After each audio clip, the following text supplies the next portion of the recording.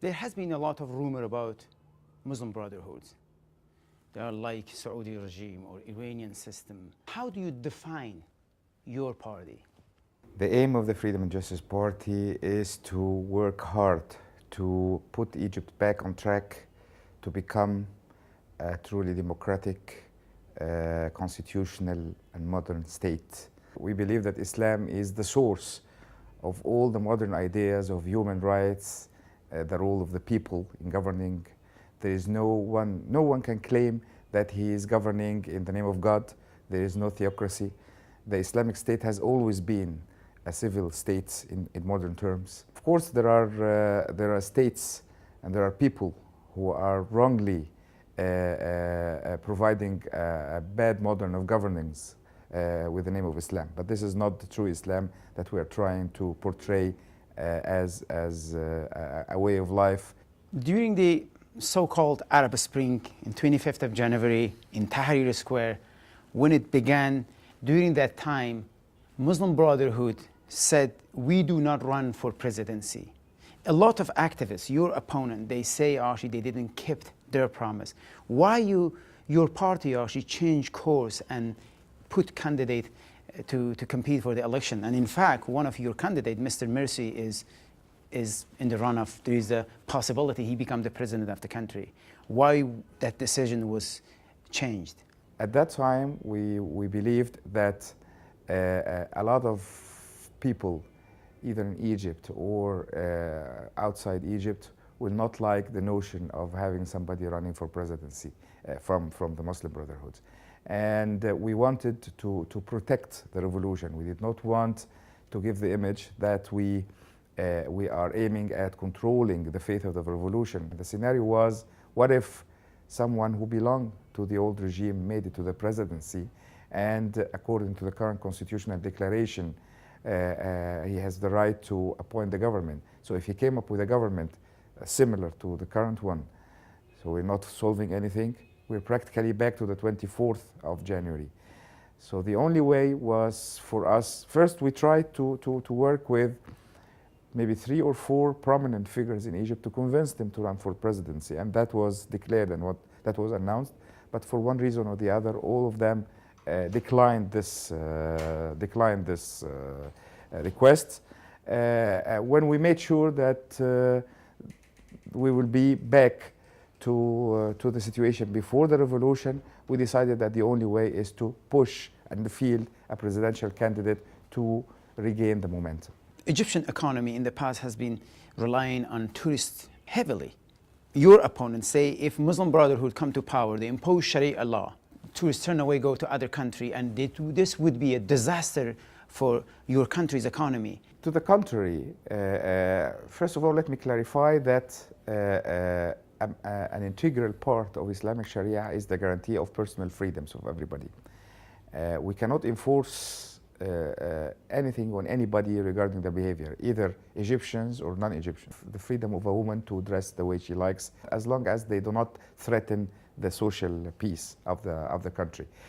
Regarding tourism, we have ambitious plans actually to increase the number of tourists to a level of around 20 million people by the year 2017.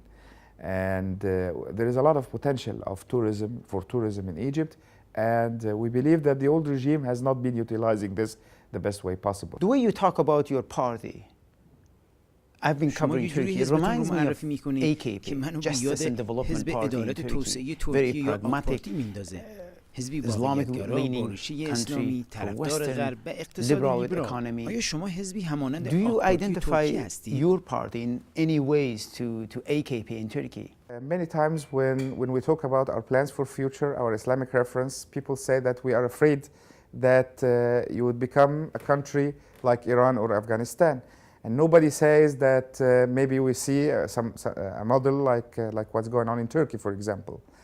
Well, we see in Turkey a lot of positive things related particularly to the democratic institutions, to the way the economical problems have been handled, to the way that the control of the military over the political life of the country has been diminishing with time. So there are so many things to learn from the Turkish model. However, you cannot copy the experience of any country to another country.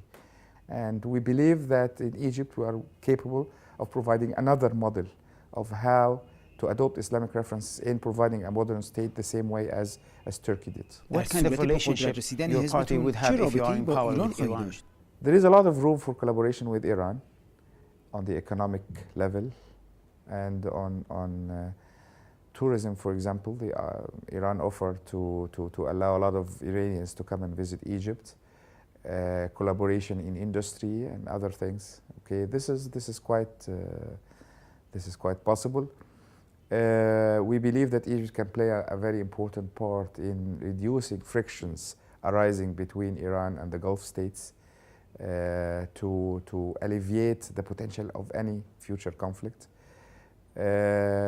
Of course, Egypt has always been a Sunni country, but this does not mean that to have a negative relationship with Iran.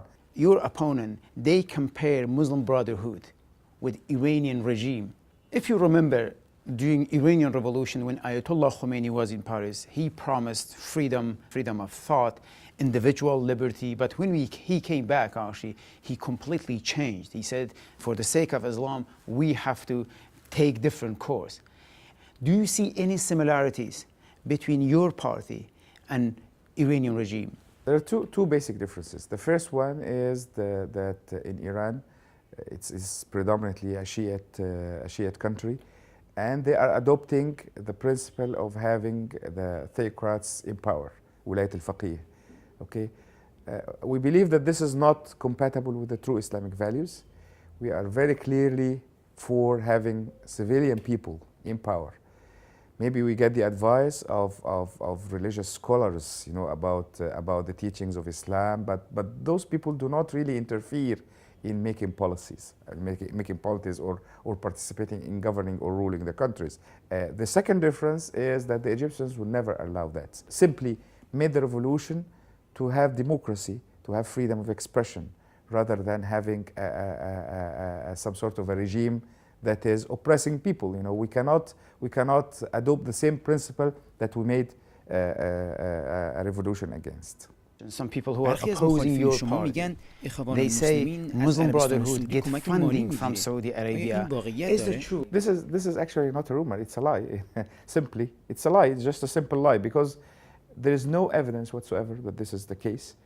We repeatedly declared that the money that we are spending for our activities are coming out of our pockets. We have a lot of members in the Brotherhood. Some of them are wealthy, and some of them are typical professionals who dedicate part of their income to finance the activities of the Brotherhood. If we really had an extensive amount of external funding, this would have been tackled by, and actually we would have been criminalized by the old regime for that.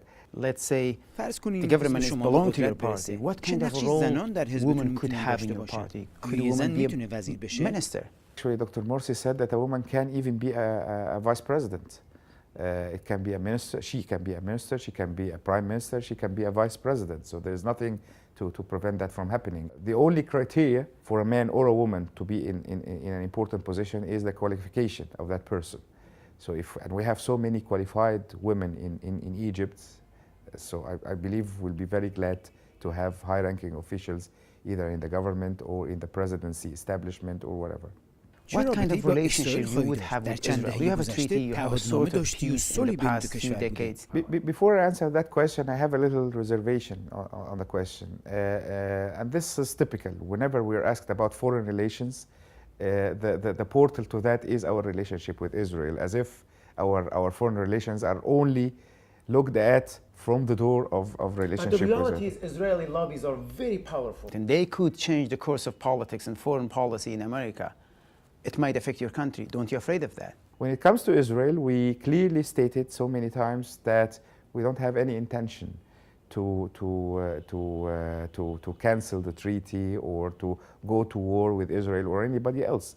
As a matter of fact, Egypt is not in position at all to commit itself to any foolish act like that during this difficult time. We are struggling to rebuild our country. And this process will take years and years and years, maybe decades, okay? But we also clearly stated that a treaty is an agreement between two parties. And it's expected that the two parties respect the treaty. Clearly, Israel has not respected its commitment when it comes to the rights of the Palestinians, because a good part of the accords, Camp David Accords, was related to securing the rights of the Palestinians to have their own state, for Israel to stop building settlements, for the right of return for Palestinians to their homeland, and this was not respected at all by Israel, so which means that the treaty was not respected.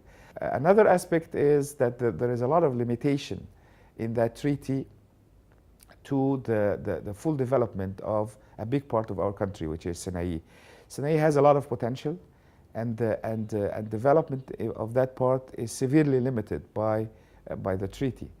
So I think at a certain point, the people of Egypt would be looking for renegotiating some terms of the agreement in order to allow us to make use of the resources of our country. Thank you so much. I really appreciate it.